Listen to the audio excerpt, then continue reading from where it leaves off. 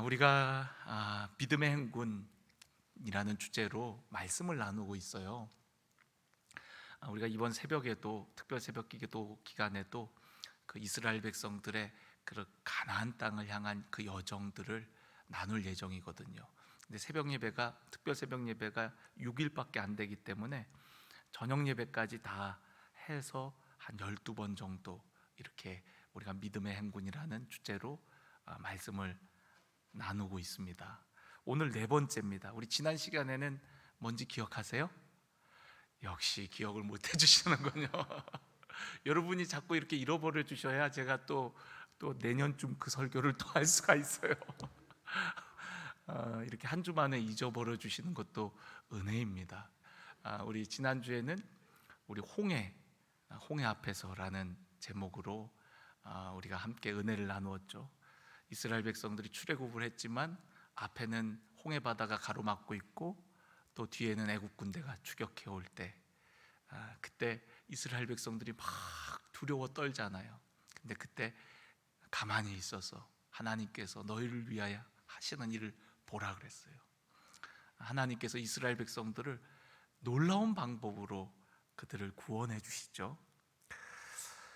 이스라엘 백성들이 출애굽하고 나서 문제가 없으면 얼마나 좋겠어요. 구원받은 하나님의 백성들에게 어떤 문제, 어떤 장애도 없으면 얼마나 좋겠습니까? 그런데 우리의 신앙의 여정에도 문제가 생길 때가 있어요. 홍해가 가로막기도 하고 또 물이 떨어지기도 하고 또 먹고 싶은 거를 못 먹을 때도 있고 또 앞에 아말렉이 가로막기도 하고 여러 문제들이 일어나는 거거든요. 우리 인생이 그렇습니다.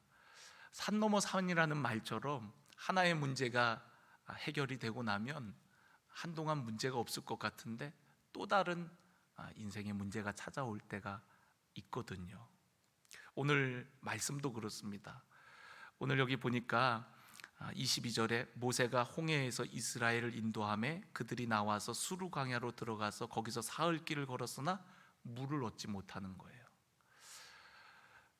홍해 바다, 그들을 가로막고 있던 물이 문제였는데 이제는 물이 없어 갖고 또 문제인 거예요. 예. 우리 홍수가 나면은 물이 너무 많아 갖고 참 문제인데 마실 물이 또 없어 갖고 문제라잖아요. 그런 것처럼 이스라엘 백성들이 홍해 건너 갖고 문제가 해결돼 갖고 너무 기뻐하고, 우리가 출애굽기 15장 앞부분을 보면 모세의 노래, 또 미리암의 노래, 여인들의 그런 찬양을 볼 수가 있거든요. 그러니까 홍해를 가르셔 갖고 우리를 구원하신 그 하나님, 그 구원의 하나님, 그 기쁨과 감격으로 막 찬양하는 모습이 나와요. 근데 그런 찬양이 불과 3일 정도밖에 못 갔어요. 수르 광야로 이제 인도함을 받아갖고 3일 길을, 광야길을 갔지만 물이 없는 겁니다. 물을 만나질 못하는 거예요. 물이 없는 게 그들에게 또 다른 문제였어요. 여러분, 우리의 인생에 문제가 생기면 문제로 보지 마시고 기도 제목으로 보시기를 바랍니다. 이번에 우리 갈멜산 성회 때 오셨던 강사님, 우리 안호성 목사님이 설교 제목 중에 세상 사람들은 문제로 보지만 성도들에게는 기도 제목으로 본다라는 그런 제목이 있었죠. 정확하게 뭐였죠? 세상은 문제라 부르고 성도는 기도 제목이라 한다라고 얘기했어요. 그러니까 세상 사람들은 문제를 문제라고 해요. 그러나 우리 믿음의 사람들은 그 문제 때문에 기도하는 거예요. 그거는 문제가 아니라 기도 제목입니다. 기도함으로 오히려 하나님의 기적과 역사를 경험하게 되고, 오히려 그 문제 때문에 하나님의 전능하신 손길을 경험하는 그런 시간이 되는 거거든요. 그래서 여러분, 우리 성도들에게, 믿음의 사람들에게 문제가 왔다, 하나님이 또 새로운 은혜를 주시려나, 또 다른 기적을 우리에게 경험시켜 주시려나 기대감을 가지세요. 오늘 여러분의 삶에, 여러분의 가정에 문제가 찾아왔을 때 오히려 그 문제로 인해서 하나님이 하시는 놀라운 일들을 보게 되어지기를 간절히 원합니다. 그래서 여러분, 야고보 사도도 여러 시험을 만나거든 오히려 기쁘게 여기라고 우리에게 권면하고 있어요. 야고보서 1장 2절 보면, 내 형제들아 너희가 여러 가지 시험을 당하거든 온전히 기쁘게 여기라 라고 얘기하고 있어요. 오히려 그 만난 시험을 통해서 우리에게 인내를 배우게 하고 또 하나님의 일하심을 경험하게 한다는 거예요. 오늘 이스라엘 백성들은 또 다른 문제에 봉착했습니다. 물이 떨어진 거예요. 마실 물이 없어요. 여러분, 마실 물은 생명과 직결된 문제입니다. 그들에게 물은 생존과 직결된 일이었거든요. 물이 없어지니까 불안해하기 시작했어요. 그리고 백성들은 원망하기 시작했습니다. 불과 며칠 전까지만 해도 구원의 하나님, 그 기적의 하나님을 막 찬양하던 사람들이었는데 물이 떨어지니까 이내 원망하는 백성들의 모습을 볼 수가 있었어요. 그만큼 이스라엘 백성들이 믿음이 없는 거죠. 그들을 인도하신 하나님, 그 하나님에 대한 신뢰가 부족한 겁니다. 하나님께서는 일부러 이 마라라는 곳으로 인도하셔갖고 그들이 온전히 하나님을 신뢰하고 순종하는 삶을 살 수 있도록 이 마라라는 장소를 통해서 하나님은 그들을 훈련시키고 계시는 거예요. 오늘 우리들도 마찬가지입니다. 우리가 어떤 문제를 만났을 때 그 문제를 통해서 하나님은 우리를 훈련시키세요. 정말 참된 믿음으로, 견고한 믿음으로, 정금과 같은 믿음으로 우리를 연단시키고 단련시켜 가시는 겁니다.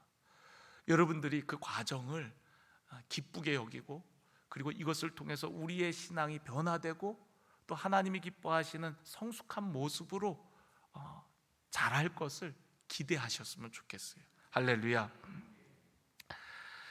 그래서 오늘 이스라엘 백성들이 그 마라라는 지역에 이르렀을 때 마침내 물을 만나게 됩니다. 근데 그 물이 너무 써갖고 마실 수가 없는 거예요. 우리 한번 우리 지도를 한번 띄워주시겠어요?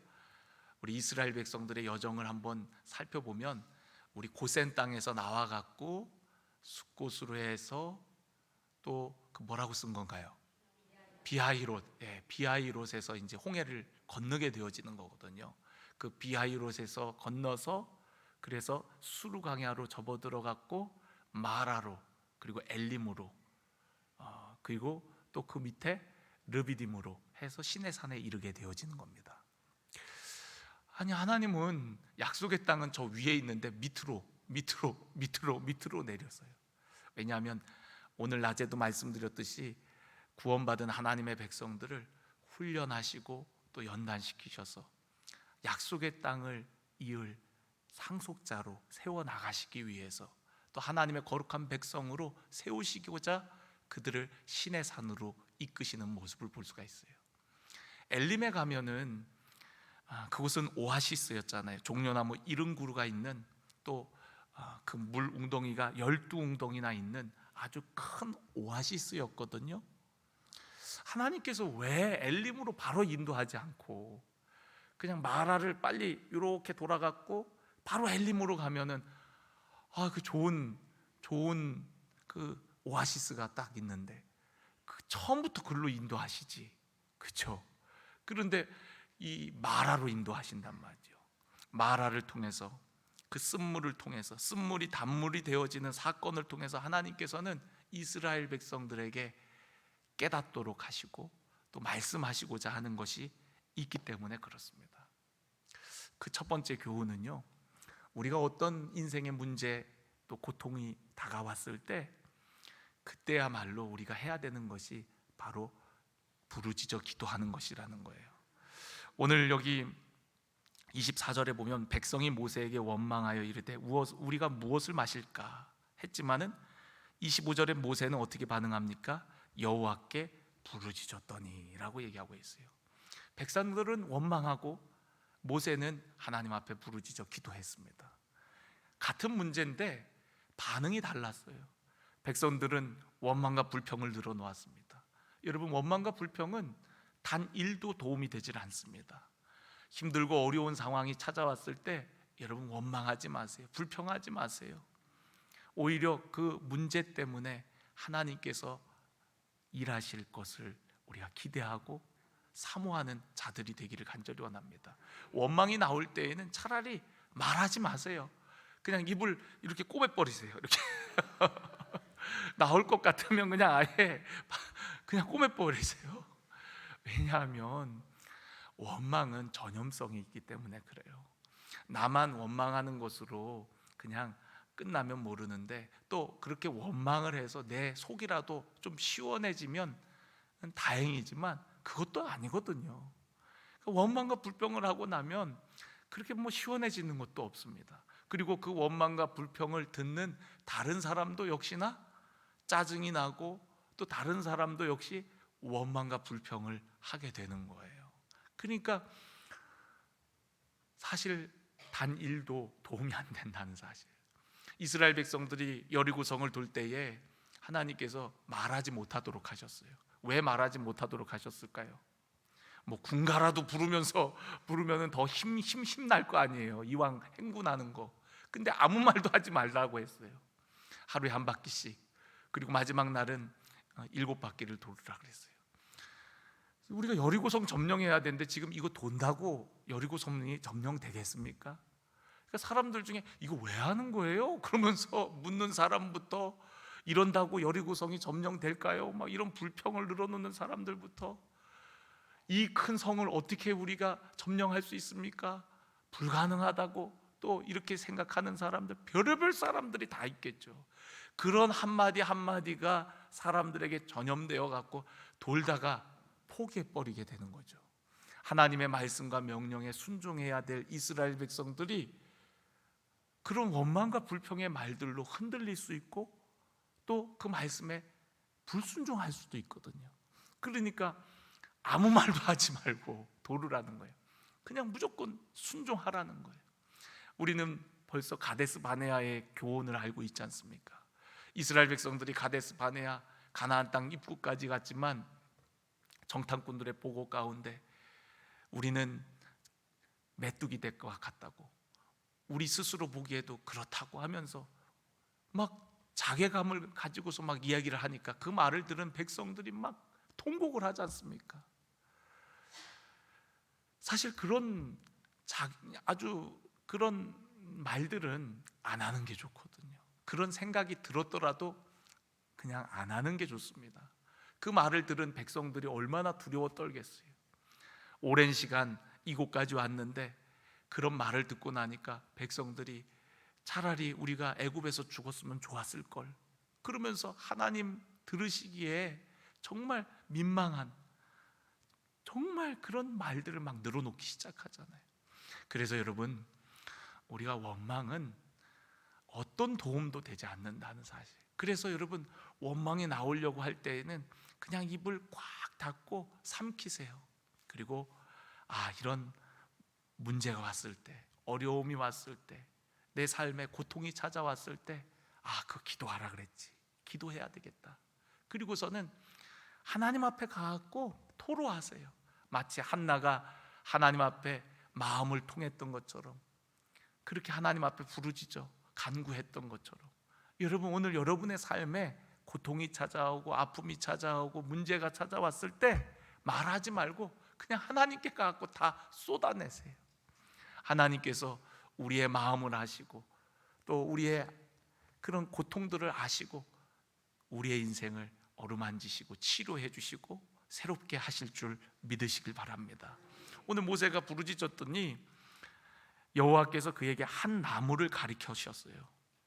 그랬더니 그 나무를 물에다가 던졌더니 쓴물이 단물이 되었다라고 이야기를 합니다. 그 나무는 기도하기 이전부터 있었던 나무예요.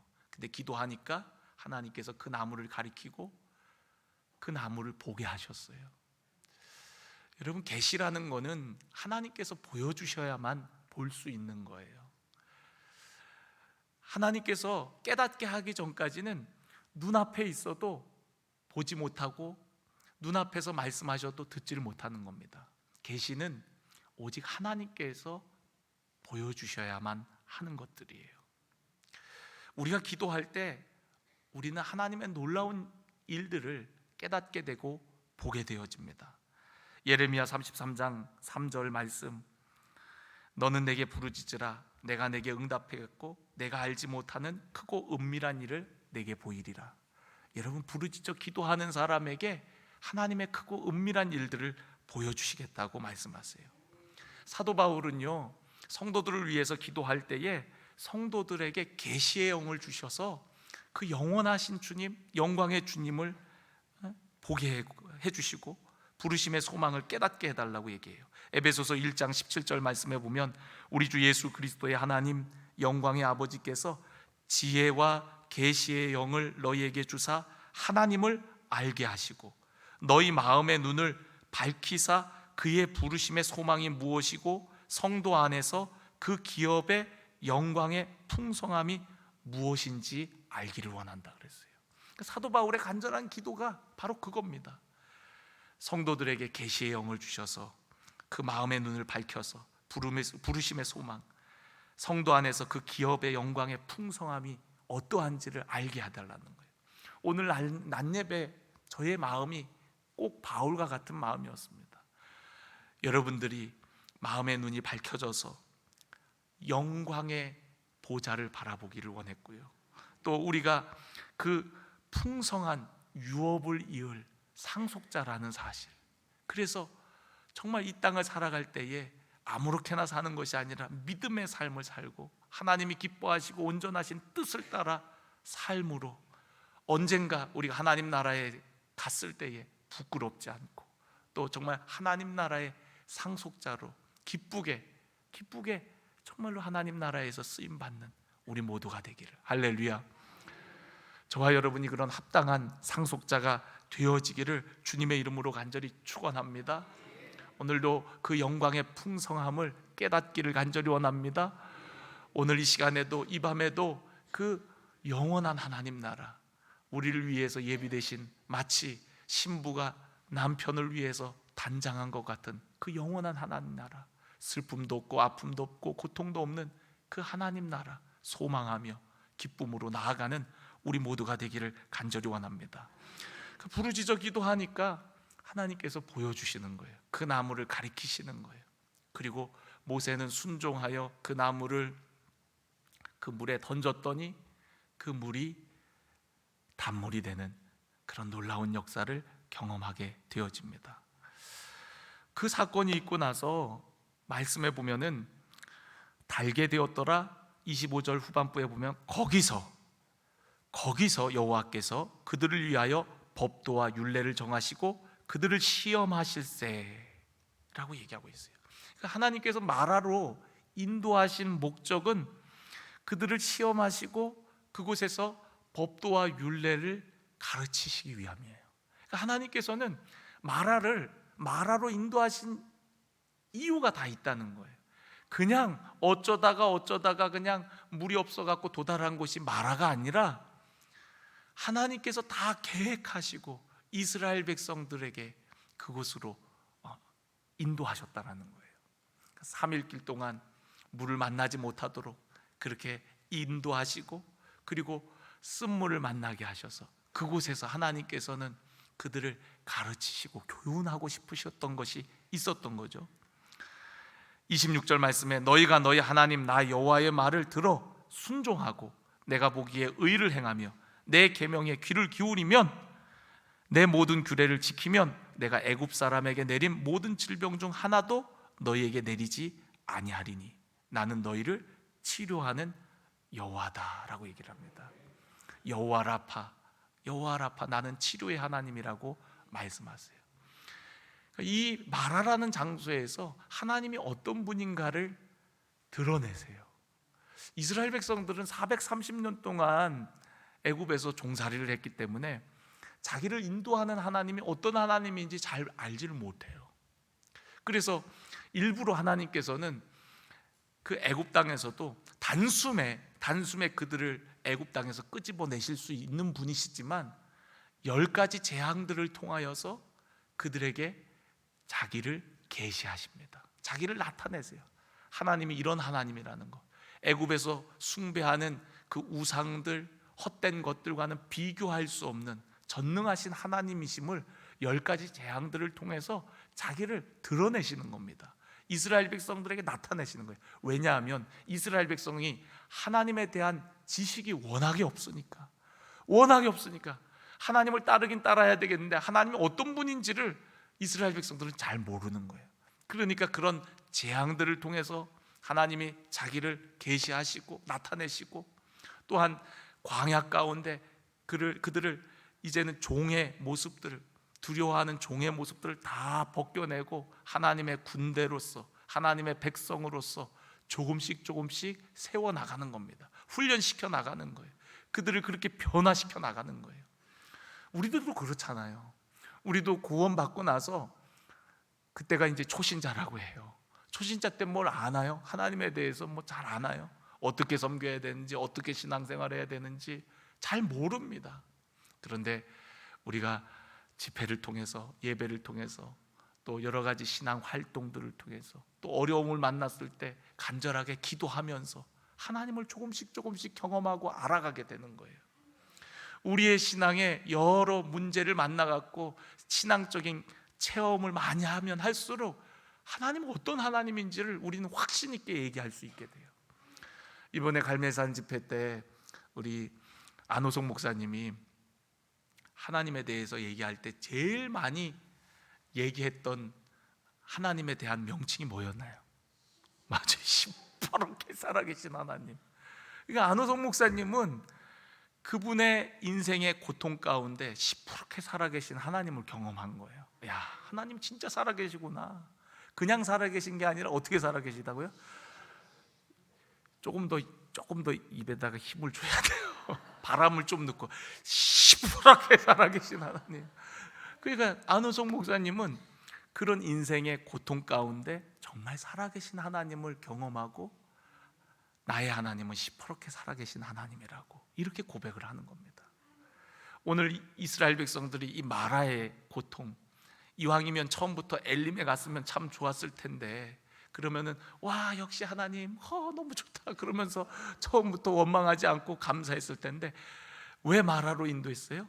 그 마라에서 쓴물을 단물로 고치시는 치료의 하나님 여호와 라파를 알려주시기 위해서, 내가 너의 인생 애굽 땅에서의 그 고통과 아픔을 치료하는 치료의 하나님이다. 세상 가운데 아파하고 힘들어했던 것, 이제는 내 말씀과 내 명령을 지킬 때 내가 너희를 치료할 것이다. 할렐루야. 그 치료의 하나님을 나타내시는 거예요. 오늘 여호와 라파 그 하나님이 오늘 나의 하나님, 여러분의 하나님이 되기를 간절히 원합니다. 쓴물을 단물 되게 하시는 하나님, 오늘 우리의 인생의 아픔과 고통이 치료되는 역사가 있기를 간절히 원합니다. 누구든지 이 제단에 와서 기도할 때에 여호와 라파 치료의 하나님을 경험하기를 간절히 원합니다. 오늘 여러분 가정이 아프고 고통 가운데 신음하는 그 영혼들에게 여호와 라파 치료의 하나님이 경험되어지기를 간절히 원합니다. 그래서 여러분, 우리가 문제를 만났을 때 그 문제를 통해서 하나님의 어떤 분인가를 더 깊이 경험하게 되는 거예요. 그러니까 여러분, 문제는 어떻게 보면 하나님이 우리에게 주시는 변장된 축복과 같다 그랬어요. 문제가 없었으면 오히려 우리가 하나님 앞에 더 간절히 기도하지도 않았을 테고, 또 하나님의 역사도 기적도 경험하지 못했을 텐데, 오히려 문제 때문에 하나님의 기적을 경험하고, 오히려 문제 때문에 하나님께서 내 삶 가운데 베풀어 주시는 놀라운 기적들을 경험하게 되어지는 것이거든요. 저는 오늘 여러분들이 문제를 문제로 여기지 않고 기도의 제목으로 여기고 부르짖으며 나아가시기를 간절히 원합니다. 그때에 하나님께서 반드시 우리에게 응답하세요. 지혜를 주십니다. 가르치시는 게 있어요. 교훈하시는 게 있어요. 깨닫게 하시는 게 있어요. 저 역시도 기도하면서 하나님께서 마음에 감동을 주시고 또 깨닫게 하시는 것들이 너무나도 많습니다. 기도하지 않았으면 미처 깨닫지 못했던 것들, 미처 분별하지 못했던 것들, 그런 게 얼마나 많은지 몰라요. 기도할 때마다 하나님께서 마음에 감동을 주시고 또 가르쳐 주시고, 또 뭘 해야 될지, 뭐부터 해야 될지 아무것도 모를 때 하나님께서 가르쳐 주셔요. 또 지혜를 주세요. 그리고 깜깜해 갖고 아무것도 보이지 않을 때 저의 발걸음을 붙들어 주시고 인도해 주세요. 그러니까 여러분 기도하세요. 힘들고 어려울 때일수록 여러분 기도하십시오. 골방으로 나아오십시오. 그곳에 우리 하나님이 여러분들을 기다리고 계시고 또 이미 응답하실 준비를 하고 계시고 또 여러분들이 기도할 때 하나님의 역사가 시작되어지는 줄로 믿습니다. 오늘 여기에 나무를 던져갖고 쓴물이 단물이 되잖아요. 우리 주님께서는 우리 인생의 고통, 질병, 또 죽음의 문제를 해결하시기 위해서 가장 높은 곳에서 가장 낮은 곳으로 오셔갖고 친히 자신을 나무에 못 박아서 그래서 우리의 모든 죄와 고통의 문제를 해결해 주셨어요.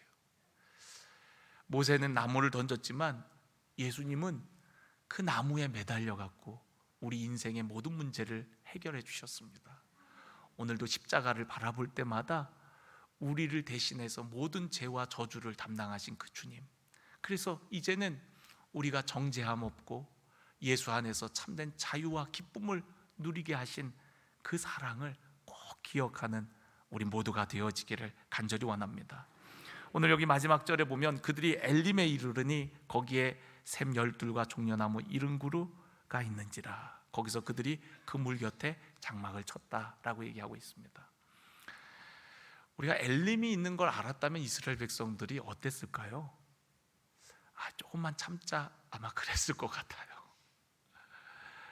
오늘 우리 낮예배 말씀 가운데에도 고난 뒤에 있는 영광을 바라볼 수 있다면 이 고난은 아무것도 아니라 그랬잖아요. 왜냐하면 우리를 위해 예비된 영광이 너무 커갖고 비교할 수 없을 정도로 커갖고 이 앞에 있는 고난은 사실 아무것도 아니라 그랬어요. 우리가 엘림을 바라볼 수 있다면, 하나님께서 우리를 위해 예비하신 그 엘림, 오아시스가 있는 것을 우리가 신뢰했다면 물이 없어도 또 쓴물을 만났어도 쉽게 원망하지 않았을 거예요. 저는 오늘 여러분들이 고난 뒤에 있는 영광을 볼 수 있는 눈이 열리기를 간절히 원합니다. 때로는 우리가 죽을 힘을 다해야 될 때가 있는 것 같아요. 또 어쩌면 죽음을 각오해야 될 때도 있는 것 같아요. 그런데 그러고 나면 하나님께서 우리에게 놀라운 열매를 또 상급을 주시더라고요. 운동선수가 죽을 힘을 다해서 준비했을 때 그 합당한 열매, 결과가 있는 것처럼 우리 신앙도 그렇습니다. 세상에 성경 말고 또 진리의 말이 있다면 그것은 세상에 공짜가 없다는 거예요. 절대 공짜가 없습니다. 우리가 은혜로 구원받은 것도 우리 주님께서 다 값을 치르셨기 때문에 우리가 누리는 것이지 결코 값없이 되어진 것은 아닙니다. 세상에 정말 공짜가 없어요. 여러분, 여러분의 삶을 하나님 앞에 온전히 드려보세요. 그리고 정말 여러분의 할 수 있는 그런 믿음의 순종들 또 헌신들을 해보세요. 그리고 하나님께서 여러분의 삶에 어떤 축복을 주시고 어떤 열매를 맺게 하시고 어떤 은혜를 주실지 기대해 보세요. 그건 아무도 모릅니다. 그러나 분명한 것은 하나님은 결코 우리의 그런 드림을 또 헌신을 외면치 아니하시는 분이라는 거예요. 저는 여러분들의 삶에 그러한 헌신과 또 믿음의 순종이 있기를 간절히 원합니다. 여러분, 순종하되 끝까지 순종하세요. 정말 순종할 수 없는 순종을 할 때 그것이 진짜 순종이거든요. 오늘 이 마라의 교훈은 우리로 하여금 그걸 깨닫게 하는 겁니다. 고통이 찾아왔을 때 그때 순종해야 된다는 거예요. 힘들 때 그때 순종해야 된다는 거예요. 그냥 편할 때, 다 할 수 있을 때 그때는 누구나 하는 거예요. 그러나 우리의 인생에 고통이 찾아오고 어려움이 찾아왔을 때 그때에도 하나님을 신실하게 바라보고 하나님의 말씀에 순종하는 자, 그러한 자에게 치료의 하나님, 여호와 라파, 그 하나님을 누리게 되어진다는 겁니다. 저는 오늘 여러분들이 순종하되 끝까지 한번, 어차피 뭐 우리 인생은 하나님의 것이니까 한번 죽을 만큼, 죽을 각오로 순종의 삶을 살아보세요. 많은 신앙인들이 주님을 따른다고 하지만 어느 정도 한계에 부딪히면 거기서 포기하고 넘어지고 그렇습니다. 그런데 여러분, 진짜 믿음은 보이지 않아도, 앞이 막막해도 끝까지 가는 거예요. 내가 주님과 함께 걷기로 했으면 보이지 않아도 주님 어디 계세요? 그래도 그 말씀에 순종해서 끝까지 가는 겁니다. 갈렙과 여호수아처럼, 갈렙과 여호수아처럼 하나님의 말씀을 신뢰함으로 끝까지 가는 거예요. 오늘 그러한 자에게 하나님께서 반드시 은혜를 주실 줄로 믿습니다. 오늘 저와 여러분이 하나님의 마음을 시원하게 해드리는 믿음의 사람들이 되어지기를 원해요. 세상에 많고 많은 주님을 따르는 사람들이 있습니다. 그러나 저는 여러분들이 그 많고 많은 사람, 군중들이 되지 않기를 원합니다. 군중이 아니라 정말 주님과 함께하는 제자가 되기를 원해요. 주님과 십자가의 자리까지, 골고다 언덕까지 함께 가는 주님의 제자가 되기를 원합니다. 그래서 여러분, 끝까지 순종하되 끝까지 십자가까지, 죽음의 자리까지 나아가는 우리 사랑하는 우리 반석교회 모든 성도 여러분들이 되어지기를 간절히 원합니다. 하나님은 우리의 신앙을 때론 테스트하세요. 저는 여러분들이 그러한 테스트를 잘 이기셔서, 잘 넘기셔서 정말 주님께서 인정하시고 칭찬하는 하나님의 사람이 되기를 원합니다. 저 역시도 그런 거룩한 욕심이 있습니다. 저에게도 하나님께서 언젠가 테스트를 하시겠죠. 물질의 테스트, 또 사람의 테스트, 관계의 테스트, 여러 가지 테스트를 하실 거예요. 그때에 저 역시도 믿음으로 끝까지 하나님의 말씀을 붙들고 끝까지 순종하며 나아가는 주님의 사람이 되기를 원합니다. 우리 모두가 그렇게 되기를 간절히 원합니다. 그래서 주님의 마음에 합당한 자, 또 칭찬받는 주님의 종들이 다 되기를 간절히 축원합니다.